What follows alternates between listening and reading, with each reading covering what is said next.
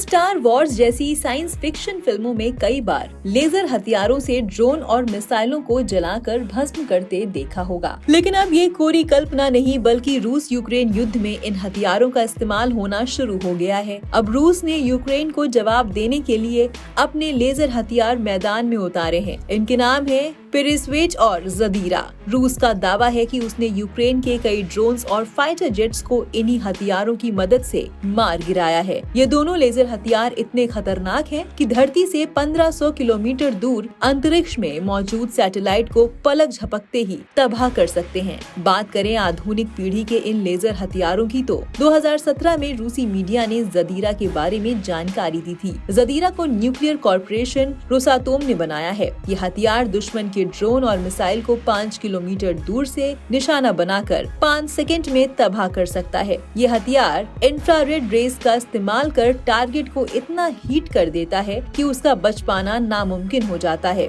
और पल भर में राख के ढेर में तब्दील हो जाता है। वहीं बात करें पेरिस्वेट की तो इसका जिक्र पुतिन ने 2018 में किया था। दरअसल इस हथियार का नाम मध्य युग के ऑर्थोडॉक्स योद्धा मॉन्क अलेक्जेंडर पेरिस्वेट के नाम पर रखा गया है, जिनकी युद्ध के दौरान मौत हो गई थी।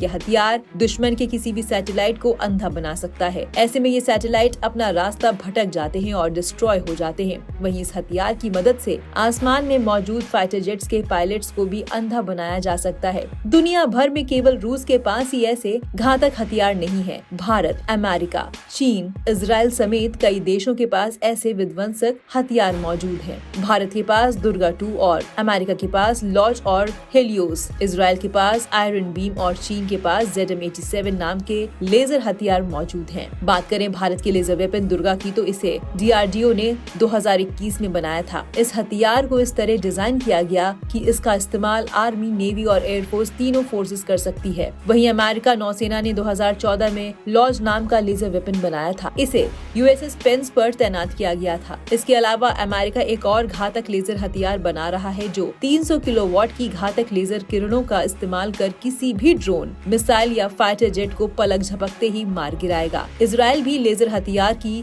दौड़ में पीछे नहीं है। इजराइल ने इस साल अप्रैल में पहली बार लेजर मिसाइल डिफेंस सिस्टम का सफलतापूर्वक परीक्षण किया था। इसे आयरन बीम नाम दिया गया है। आयरन बीम ने ड्रोन, मोर्टार, रॉकेट और एंटी टैंक मिसाइलों को अपने एक ही वॉर में तबाह कर दिखाया था। वहीं पड़ोसी मुल्क चीन की बात की जाए तो चीन ने इस साल अपने J-20 फाइटर जेट को लेजर हथियारों से लैस करने का ऐलान किया है। अब आपको थोड़ी जानकारी लेजर यानी light amplification by stimulated emission of radiation के बारे में दे देते हैं। इस तरह की किरणें सूर्य के प्रकाश में नहीं पाई जाती हैं, बल्कि इनको लैब में कृत्रिम तरीके से बनाया जाता है। इन किरणों की फ्रीक्वेंसी और वेवलेंथ समान होती है। इसका मतलब ये है कि ये किरणें एकदम सीधे चलती हुई एक पॉइंट पर फोकस होती हैं। आपने बचपन में लेजर टॉर्च तो देखी ही होगी, बस उसमें जो रेड कलर की लाइट निकलती है ना, वो लेजर किरणें ही होती हैं। वैसे तो लेजर की खोज मानव जाति की भलाई के लिए की गई थी। इन किरणों की मदद से कई तरह की बीमारियों का इलाज किया जाता है।